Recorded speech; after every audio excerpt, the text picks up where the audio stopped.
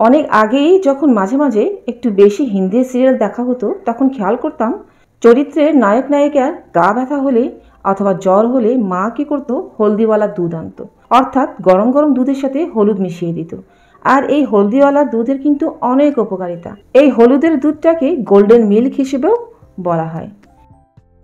এই হলদিওয়ালা দুধের 4টা উপকার আছে, যেমন রাতের ঘুম ভালো হয়, এটি অ্যান্টিবায়োটিকের কাজ করে, সেই সাথে স্কিন কেয়ার কাজ করে, আর শরীরের যে কোনো জায়গায় ব্যথা হলে সেটা অনেকাংশে উপশম করে। আজ এই হলদিওয়ালা দুধের রেসিপি আপনাদের সাথে শেয়ার করব। আশা করছি পাশে থাকবেন আর শেষ পর্যন্ত আমার রেসিপিটা দেখবেন। আর ভালো লাগলে একটি লাইক দিতে ভুলবেন না। আমি এখানে প্রায় 1.5 গ্লাসের মতো দুধ নিয়েছি আর দুধটাকে আগেই ফুটিয়ে নিয়েছিলাম।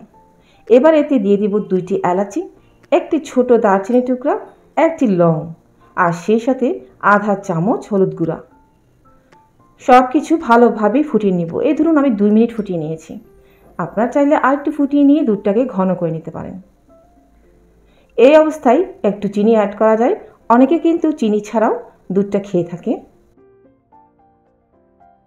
প্রায় 2 মিনিট ধরে দুধটা আমি ফুটিয়ে নিয়েছি। একটু ঠান্ডা করে আমি গ্লাসে সার্ভ করব। তার আগে মশলাগুলো উঠিয়ে নিতে হবে।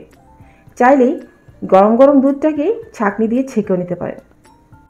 যাদের প্রায় শরীরের বিভিন্ন জায়গায় ব্যথা থাকে, ঘুম হয় না, তারা কিন্তু এই দুধটা ট্রাই করতে পারেন সপ্তাহে 3 দিন। তো আমি কিন্তু সপ্তাহে 3 দিন এই দুধটা খেয়ে থাকি। আর সত্যি কথা বলবো, আলহামদুলিল্লাহ অনেক কাজ দিচ্ছে। আমার চ্যানেলে আরও 2টি রেসিপি রয়েছে দুধ দিয়ে তৈরি। একটি হচ্ছে জাফরান মিল্ক, আরটি হচ্ছে বাদাম শরবত। লিঙ্ক আমি ডিসক্রিপশনে দিয়ে দিব, আপনারা চাইলে দেখে নিতে পারেন। আর যারা ফেসবুক থেকে দেখছেন কমেন্টে এই লিঙ্ক দিয়ে দিব। আমার রেসিপি যদি আপনাদের আজকে ভালো লেগে থাকে অবশ্যই শেয়ার করে নেবেন বন্ধুদের সাথে, তাদেরকে দেখার সুযোগ করে দেবেন। আর এরকম আরও মজার মজার রেসিপি অথবা কাজে লাগার টিপস দেখতে আমার চ্যানেলটি সাবস্ক্রাইব করে পাশে থাকুন। আর দেখে নিন অনেক অনেক ভিডিও, কিছু না কিছু আপনাদের ভালোই লাগবে। ব্যাস একদম সোজা রেসিপি। গ্লাসে ঢেলে নিলাম, আর যেহেতু আমি একটু চিনি খাবো তাই আমি চিনিটা অ্যাড করছি, প্রায় আধা চামচের মতো চিনি অ্যাড করছি। আজ তাহলে এই পর্যন্ত। ইনশাল্লাহ নতুন কিছু নিয়ে খুব তাড়াতাড়ি আবারও ফিরে আসবো। ভালো থাকবেন সবাই। আল্লাহ হাফেজ।